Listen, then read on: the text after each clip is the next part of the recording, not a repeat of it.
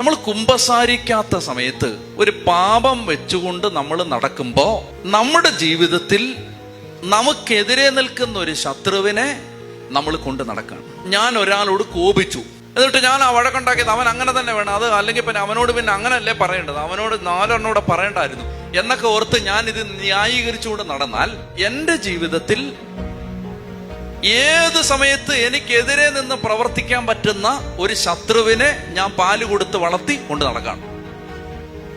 പാപം ഒരു ശത്രുവാണ്. ആ ശത്രുവിനെ കുരിശിൽ തറച്ച് യേശു പരാജയപ്പെടുത്തി.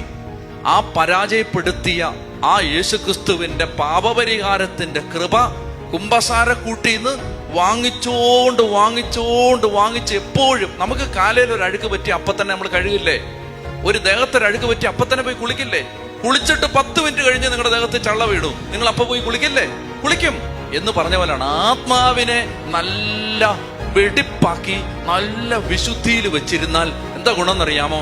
ചെന്ന് കയറുന്നിടത്തെല്ലാം വാതിലുകൾ തുറക്കപ്പെടും.